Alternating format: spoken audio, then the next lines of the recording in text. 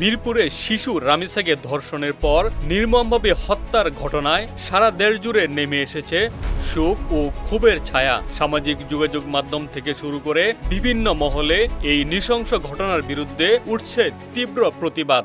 সাধারণ মানুষের পাশাপাশি শোবিজ অঙ্গনের তারকারাও এক ঘটনায় ক্ষুব্ধ প্রতিক্রিয়া জানাচ্ছেন। এবার বিষয়টি নিয়ে সরব হয়েছেন জাতীয় চলচ্চিত্র পুরস্কার প্রাপ্ত অভিনেত্রী তমা মির্জা। ধর্ষণ ও হত্যার মতো জঘন্য অপরাধের বিরুদ্ধে কঠোর অবস্থান নিয়ে তিনি দ্রুত বিচার এবং দৃষ্টান্তমূলক শাস্তির দাবি জানিয়েছেন।